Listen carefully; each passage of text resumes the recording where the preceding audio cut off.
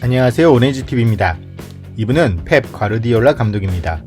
프리미어리그 명문팀 맨체스터 시티의 감독이죠. 맨체스터 시티의 감독을 맡기 전에는 바르셀로나의 감독으로 이름을 떨쳤습니다. 역대 최고의 바르셀로나 감독 중 하나라는 말이 나올 정도였죠. 부임 때부터 6관왕을 달성하고 이후로도 매년마다 최소 1개 이상의 트로피를 들어올렸으니 당연한 이야기가 아닐까 싶습니다. 또한 펩 감독은 수트가 잘 어울리는 감독으로도 유명합니다. 패션계에 종사하는 아내 덕분이라고는 하지만 수트가 잘 어울리는 감독을 이야기할 때 무리뉴 감독과 함께 단골로 등장하는 인물이죠. 역시 잘 어울리는군요. 그런데 이렇게 화려한 이력과 경력을 가진 펩 감독을 만날 때마다 이런 표정을 짓게 만드는 선수가 있으니 바로 손흥민 선수입니다. 펩 감독이 이런 표정을 지을 수밖에 없는 이유는 최근 토트넘과 가진 5경기에서 손흥민에게 허용한 골이 5골이기 때문인데요. 2016년 펩 감독이 맨시티에 부임한 이후를 기준으로 잡으면 모두 6개의 골을 손흥민에게 허용한 것으로 기록되어 있습니다. 이런 지경이니 오늘 경기에서 손흥민 선수에게 또 한 골을 허용한 직후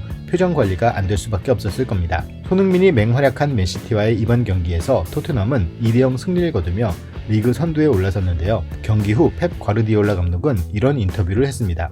경기 전 선제골을 내줘선 안 된다는 걸 알고 있었다. 손흥민을 막지 못해 경기에 졌다라는 뜻으로 해석이 되는 건 너무 나간 해석일까요? 어찌됐든 이날 손흥민 선수는 경기 시작 4분 19초 만에 은돔펠레가 중원에서 수비 뒷공간을 향해 정확히 찔러준 킬패스를 깔끔하게 왼발로 마무리했습니다. 침착한 가랑이 슛으로 맨시티 막강 센터백 라인과 골키퍼를 농락하며 리그 9호 골을 기록.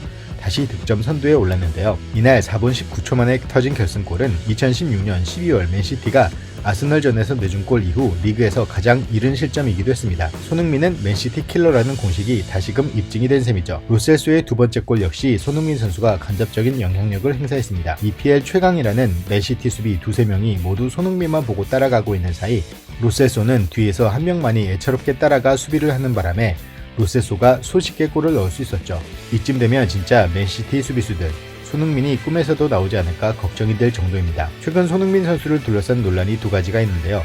하나는 손흥민이 월드클래스 선수인가와 다른 하나는 대한민국 축구 역사의 가장 위대한 선수는 누구인가가 그것이죠. 이 문제에 대해 당사자인 손흥민 선수가 특별한 코멘트를 한 적은 없습니다. 다만 경기력을 통해 무언의 대답을 하고 있는 것으로 보이는데요. 손흥민 선수가 기록한 리그 9호 골은 기존의 월드클래스라고 인정받는 선수들과 비교해봐도 전혀 뒤처지지 않는 기록입니다. 스웨덴의 전설 질라탄이 리그에서 8골, 호날두 6골, 루카쿠 5골, 수아레즈 5골, 벤제마 4골, 아자르 1골, 메시 3골, 살라 8골 등 월드클래스 반열에 오른 선수임에 논란의 여지가 없는 선수들보다 리그에서의 기록이 좋은 손흥민 선수죠.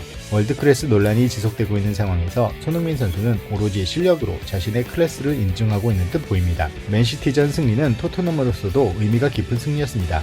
이 승리로 토트넘은 2014년 이후 6년 만에 리그 1위에 올랐는데요. 이런 페이스라면 손흥민 선수의 득점왕 소식과 내년도 챔피언스 리그에서 뛰는 손흥민 선수의 모습을 볼 수 있을 것 같습니다. 오늘은 여기까지입니다. 감사합니다.